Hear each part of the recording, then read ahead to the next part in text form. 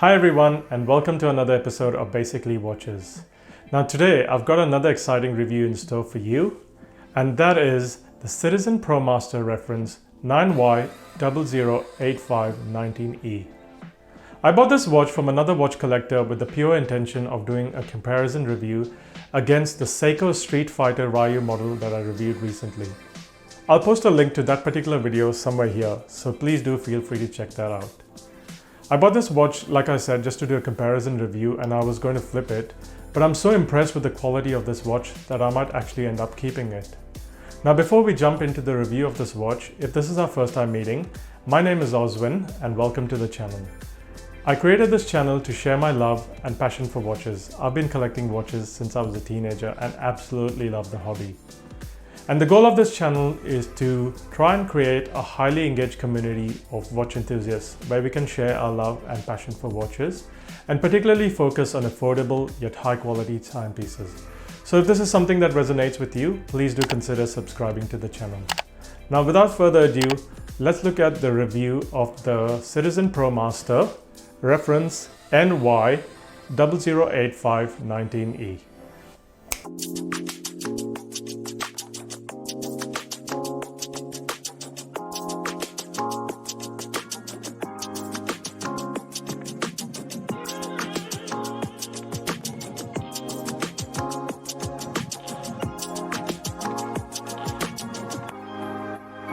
Here's the box that the watch comes in. Let's start with a quick unboxing. So that's the inner box. Slide that out.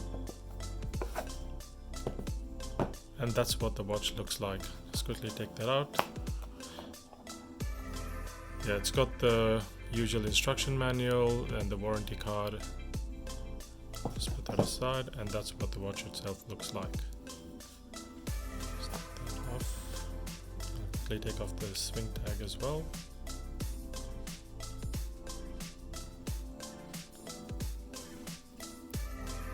And here is the watch itself. The Citizen Promaster reference NY0085 is a new member of the Citizen Mechanical Collection. Constructed with an automatic movement, a stainless steel case together with a polyurethane strap, featuring a day-date display, and it's got a nice beautiful matte black dial. Looking at the case back, it's got a fairly standard stainless steel case back with the Citizen Promaster logo there and the typical specs listed. It's got a nice cork bezel, which gives it that nice striking feature. And the movement in this particular watch is the caliber 8203 movement, a very robust and proven in-house movement with a water resistance of 200 meters. It's also meant to be compliant with the ISO 6425 standard for diving watches. The watch draws a lot of its design cues from the popular Citizen Promaster, also known as the Fugu, which has an interesting backstory. Fugu in Japanese means pufferfish, which is a poisonous delicacy in Japan. The distinctive shape of the bezel with its smooth and sharp serrated edges reminded fans of the Fugu, the pufferfish, and the name stuck ever since. So this watch draws a lot of its design cues from the popular Fugu series.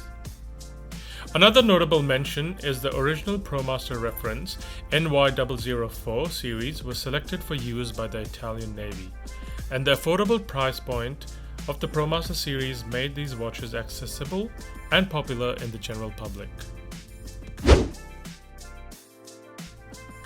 So in terms of what I like about the watch, I like the fact that it has a screw-down crown and a really good water resistance at 200 meters. It's got a nice wearable size due to its shorter lug width. That's lug to lug, I mean. It's got a lug width of 20 millimeters, which gives you plenty of strap options if you wanted to change the strap. And the price point of this watch is what makes it really attractive. It's such a good value proposition at the price point that it's available at. So retail, I believe it's anywhere between 350 to 450 Australian dollars. So give or take roughly about 250 to 350 US dollars. And the other unique feature is the position of the crown at the 8 o'clock position. So this was designed to prevent it from digging into your wrist when the crown is typically at the 3 o'clock or 4 o'clock position. In terms of what I don't like about it, the strap itself, although comfortable, it's not as supple as some of the other rubber straps out there on, say, like some of the Seikos or other watch brands. The bezel itself, although I know it's a unique feature of the bezel, it is a one-sided rotating bezel, and because it doesn't have those sharp edges and it's got some smooth edges, if you do hit the smooth edges while rotating, it tends to slip and makes it a bit difficult to rotate, but it's not a big deal. I mean, I won't be diving with this watch or anything, but yeah, it's something worth mentioning. So I'll just quickly bring that back to its original 12 o'clock position. The crown on the 8 o'clock position can take a while to get used to as well, especially if you've been used to the crown being on your typical 3 o'clock or 4 o'clock position. So once again, something that you can get used to over time, I suppose. The other thing worth mentioning is it doesn't have a hacking movement. It does have a winding movement, so there is hand winding, but it doesn't have a hacking movement. If I pull the crown down, you can still see it sweeping there. Hey guys, sorry to interrupt the video. I hope you're enjoying it so far. If you are, you know what to do. Smash that like button. Come on, do it. So in terms of the features of the watch, it's got a case diameter of 42 millimeters, lug to lug width of 45 millimeters, approximately 45 millimeters, case thickness of about 12 millimeters.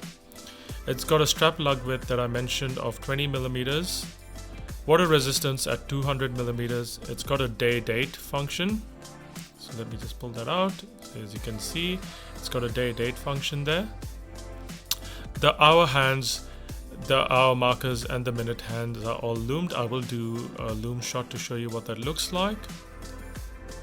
And it comes with a 5-year warranty, which is really, really good.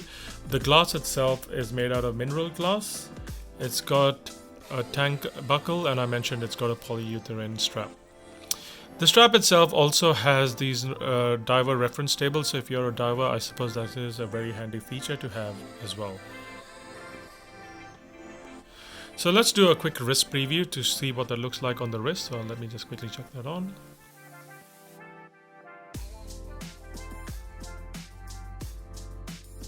So that's what it looks like on my 7.25-inch wrist. Sits nice and comfortably, and it wears beautifully as well. Doesn't sit too high, and I like how they've got the Citizen Promaster logo embossed in the crown as well, which is a nice feature. Just push that in there. And yeah, the screw down crown is a really handy feature as well. So overall, a very impressive watch at the price point. It offers such great value, and yeah, definitely recommend getting this watch if you're considering it. Like I mentioned, I was going to flip this watch, but I might actually end up keeping it. I will do a couple of more shots on a slightly different straps, so I will throw that in the video as well, so you can have a look at what it looks like on different strap options. Here is a wrist preview on a brown tan leather NATO strap that I had. I love this color combination because I think that tan color beautifully complements that Coke bezel. So just doing a quick wrist roll to show you what that looks like.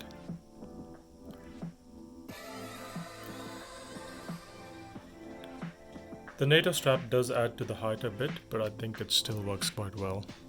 And here is a preview on a red pearl-on strap that I had. Much slimmer profile. Just doing a quick wrist roll for you. There you go. As you can see, it's a much lower and slimmer profile. And this is what I love about watches like this. The 20mm lug width gives you so much flexibility in terms of straps, and you can have so much fun. Like this pearl-on, for example, perfect for summer. So yeah, that's what it looks like on a pearl-on strap. I thought I'd do another quick preview on another NATO strap that I had. I didn't have a black NATO strap, but this navy was the closest one I had. So yeah, I think this color combination works well. Just a quick wrist roll for you. The NATO strap does add significant height to it, so if you have smaller wrists, you might be better off going with a slimmer profile strap like the pearl-on strap or a thin leather strap. So that's pretty much it for the review, guys. I really hope you did enjoy that. If you did enjoy it, don't forget to smash that like button. Yeah, do it. Do it. Please also do let me know your thoughts, comments, and feedback in the comment section below. I'd love to know what you thought about this watch. Is this something you'd consider buying? And finally, if you did enjoy the music in this video, it was produced by my brother-in-law who goes by the name Daiju Music. I'll leave a link to his SoundCloud in the description section below, so please do check that out as well. Until next time, bye for now.